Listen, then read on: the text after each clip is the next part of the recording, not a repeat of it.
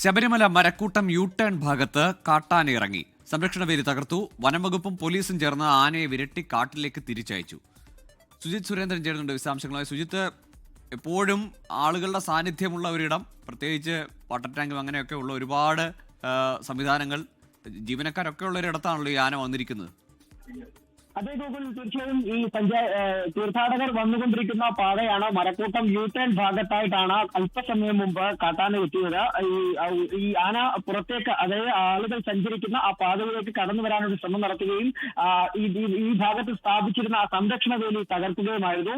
പെട്ടെന്ന് തന്നെ അവിടെ ഉണ്ടായിരുന്ന തീർത്ഥാടകർക്ക് വളരെ ഭയത്തോടു കൂടി മാറുകയും ഈ സമയത്ത് അവിടെ ഡ്യൂട്ടിയിലുണ്ടായിരുന്ന പോലീസുകാർ വനംവകുപ്പിനെ അടക്കം വിവരമറിയിക്കുകയുമായിരുന്നു. ഈ വനംവകുപ്പും പോലീസും ചേർന്നുകൊണ്ട് ഈ ആനയെ വിരട്ടി കാട്ടിലേക്ക് അയച്ചിരിക്കുകയുമാണ്. ഇപ്പോൾ ഇവിടെ വേലി മാറ്റി സ്ഥാപിക്കുന്നതിനുള്ള ശ്രമങ്ങളൊക്കെ ആരംഭിച്ചിരിക്കുകയാണ്. കഴിഞ്ഞ ദിവസങ്ങളിലൊക്കെ തന്നെ പാണ്ടിത്താവളത്തിലും മറ്റും ഇത്തരത്തിൽ ആന കൂട്ടമായി ഇറങ്ങുന്ന ഒരു സാഹചര്യം ഉണ്ടായിരുന്നു.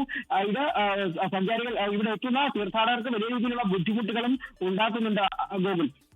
ശരി, സന്നിധാനത്തിന് ചുറ്റും പലപ്പോഴും, പ്രത്യേകിച്ച് പാണ്ടിത്താവളത്തൊക്കെ ഈ ആനയുടെ സാന്നിധ്യമുണ്ടെങ്കിലും മരക്കൂട്ടം ഭാഗത്ത് തീർത്ഥാടകരുടെ എപ്പോഴും സാന്നിധ്യം ഉണ്ടാവുന്ന പാതയുടെ അടുത്താണ് ഇപ്പോൾ യു-ടേൺ ഭാഗത്ത് കാട്ടാന എത്തിയതായാലും തുരത്തി കാട്ടിലേക്ക് അയച്ചിട്ടുണ്ട്.